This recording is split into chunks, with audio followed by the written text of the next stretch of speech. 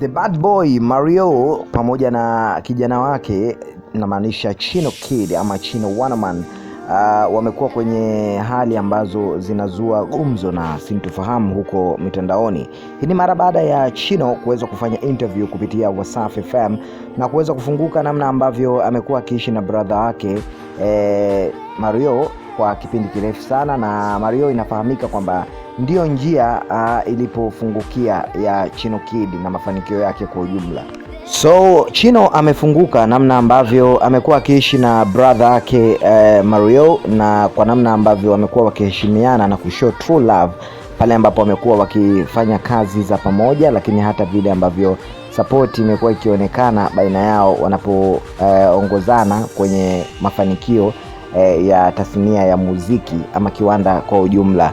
Sasa jambo ambalo limezua gumzo ni baada ya Chino Kid kuweza kufunguka kwamba ana muda sasa hawako kwenye mazungumzo mazuri kati yake pamoja na kaka yake Mario. So kwa situation kama hii hapa, hii inakuwa sio njema, na tumeweza kuona pia kuna wakati ilishawahi kutokea, si mara ya kwanza, hata kwa wasanii mbali na Chino pamoja na Mario huwa wanapishana na kukwazana. So sometimes kwenye mambo ya ridhiki huwa hapakosi mambo ya ukakasi, marumbano pamoja na kupishana.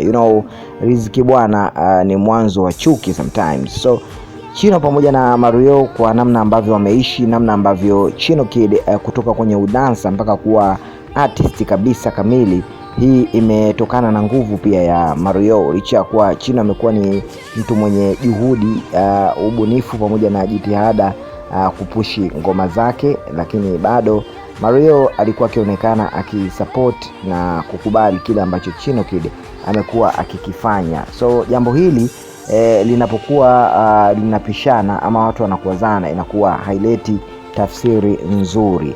Na moja kwa moja Chino Kid amesema kwamba yeye hana tabu wala hana shida na brother, isipokuwa anaona brother ni kama amemtenga hivi kuna namna moja ama namna nyingine. Na swala zima wengi ambao wamekuwa wakizungumzia kwenye upande wa maoni kama mashabiki, wamekuwa kieleza kwamba maybe Mario ana kama hofu fulani ya kuona dogo atapanda zaidi. Wengine wapo wanaosema kwamba ni watu pia sometimes wanaowazunguka inaweza ikapelekea pia kugombanisha watu, lakini maneno bado ni mengi sana, watu wanaongea vitu kwa namna tofauti.